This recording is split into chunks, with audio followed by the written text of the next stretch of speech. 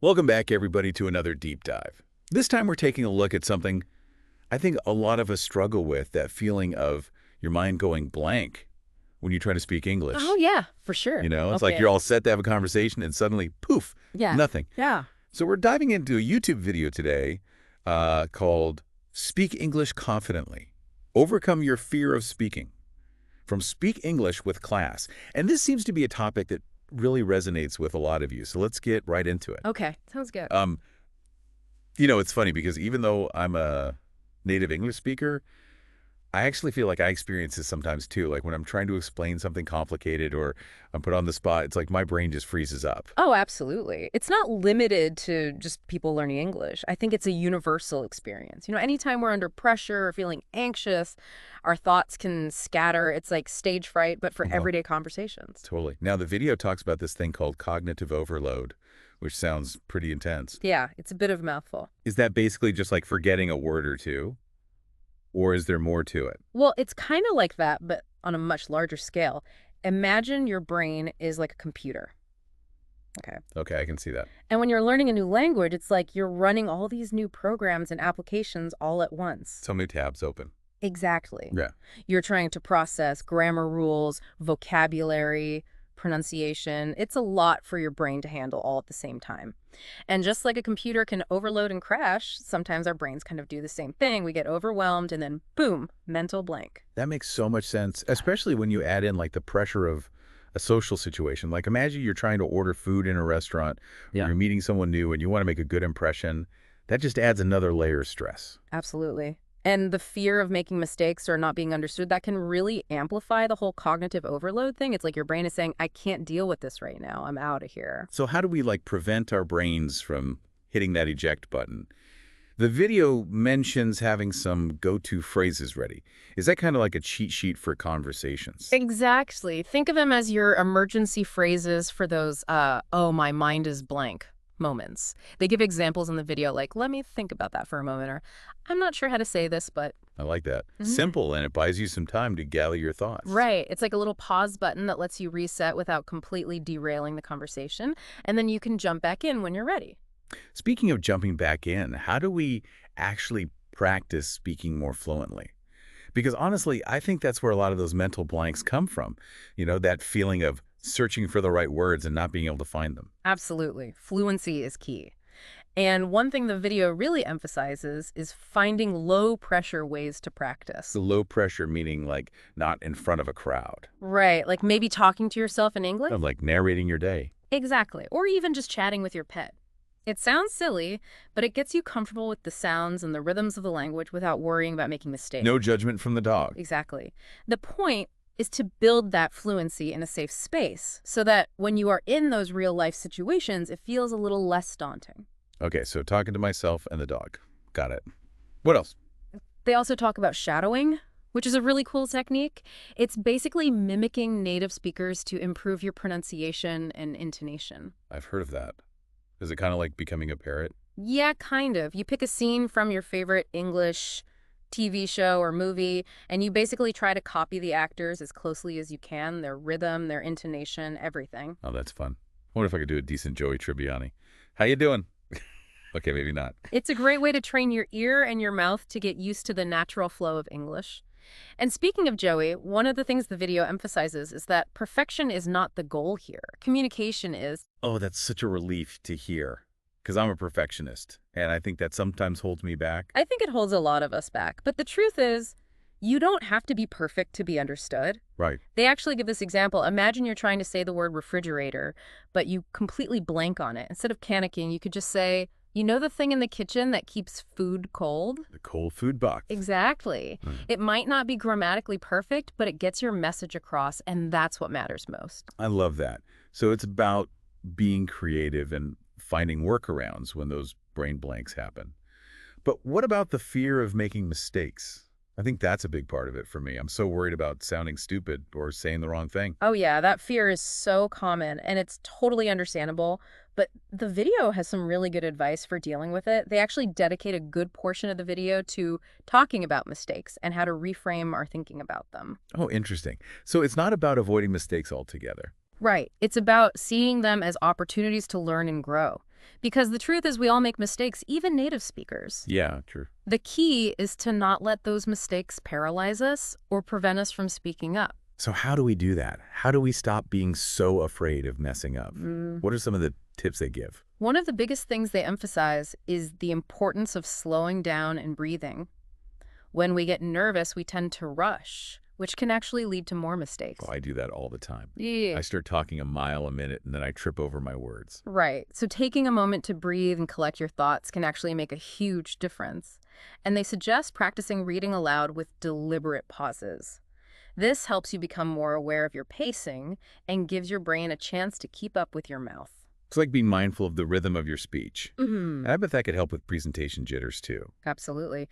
And speaking of presentations, they actually talk about visualization as a way to reduce anxiety. Visualization, like picturing yourself giving the presentation successfully. Exactly. And by repeatedly visualizing yourself speaking confidently, you're basically training your brain to react with more composure when the real situation happens. It's like a mental rehearsal. Precisely. And the more you do it, the easier it becomes to stay calm and focused when those nerves start to kick in. But you know what's interesting? They also talk about using humor as a tool to diffuse tension. They even share a funny anecdote about someone mixing up the words desert and dessert. Oh, I love those language mix-up stories. What happened? Did they accidentally order a plate of sand? Well, this person meant to say dessert, but accidentally said desert instead. But instead of getting embarrassed, they just laughed it off and said, well, I guess I was craving sand instead of cake. That's brilliant. They owned it. Exactly. And their quick wit totally disarmed the situation and turned it into a moment of connection and laughter. I love that. It's like a reminder not to take ourselves too seriously. Mistakes happen, and sometimes a little humor can go a long way.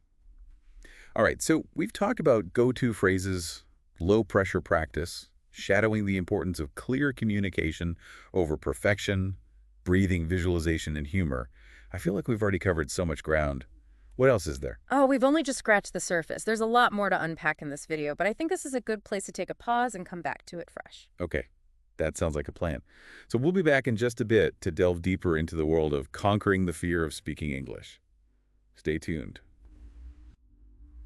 And we're back, ready to continue our deep dive into those pesky mind blanks that can pop up when you're trying to speak English. Yeah, those moments can be so frustrating. Before the break, we were talking about some really cool strategies from the Speak English with Class video, like using humor and visualization. Oh, yeah, those are great ones for sure. You know, it's like you're creating a little mental safety net for yourself.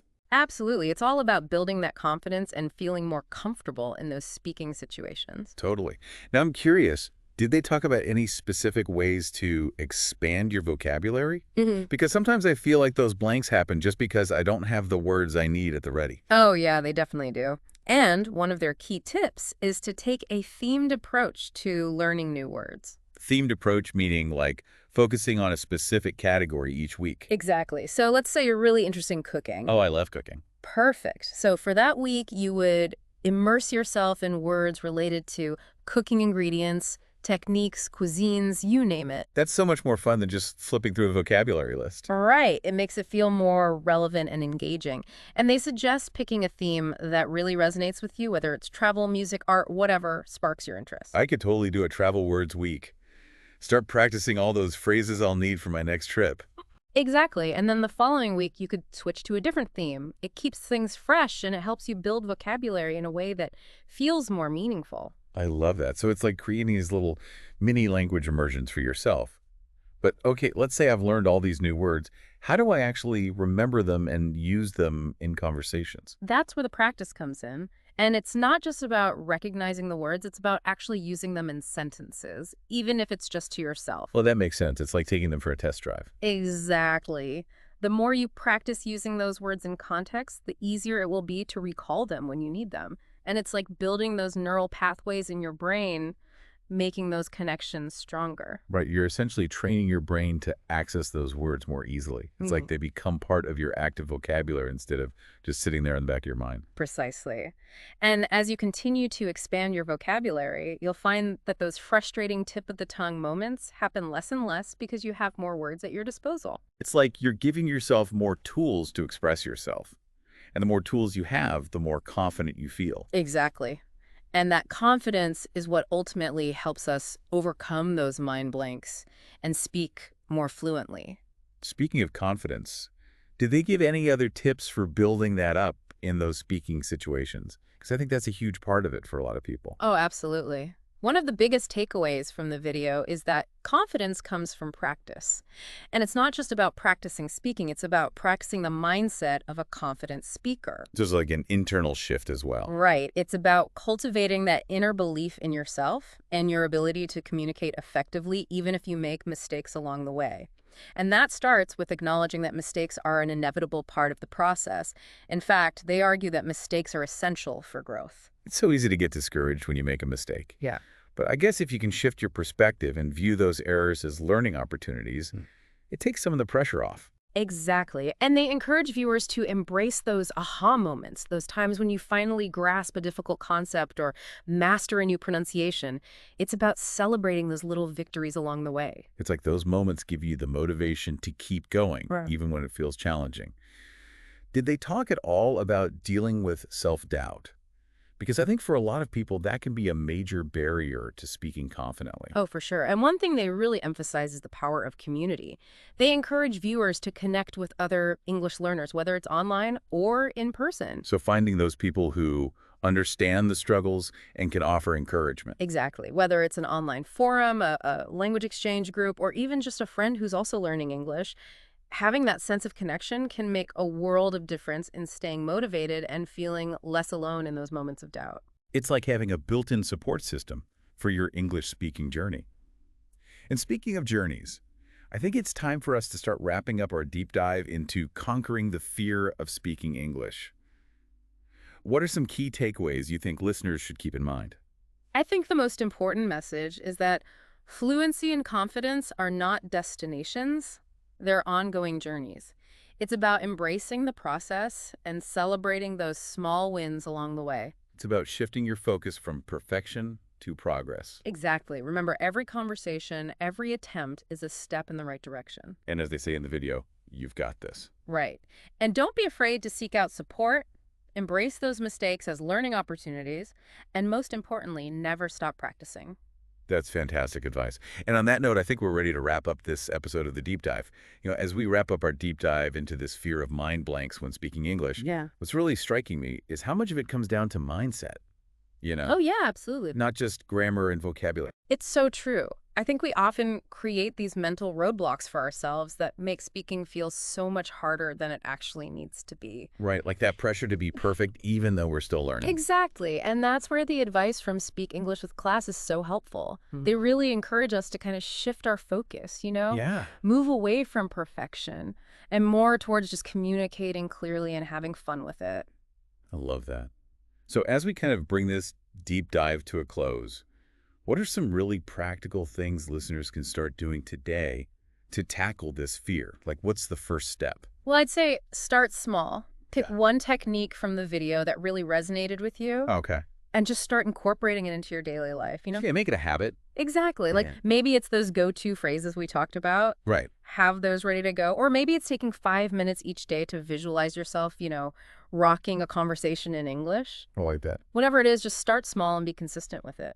So it's like building a little toolkit for those moments when the fear creeps in. Exactly. And remember, it's a process. Fluency and confidence, those things take time. They don't happen overnight. Right. It's about gradually building those neural pathways and making those connections stronger in your brain. So be patient with yourself, basically. Exactly. Now, one thing I wanted to touch on before we wrap up is how to deal with those moments when you do make a mistake. Oh, yeah, that's a big one. Yeah, Because I think that's what throws a lot of people off. totally. But one of the most powerful messages from this video is to really embrace those mistakes as learning opportunities. Okay, so don't beat yourself up about it. Exactly. See them as feedback, Yeah. not failures. Right. Every mistake is a chance to learn and grow. So it's like taking the pressure off and remembering that everyone makes mistakes, Yeah. even native speakers. Oh, absolutely. No one's perfect. Yeah. And if you can find a way to laugh at yourself a little bit when those slip-ups happen, Okay. it can really take the edge off and make the whole experience a lot less intimidating. It's like giving yourself permission to be human.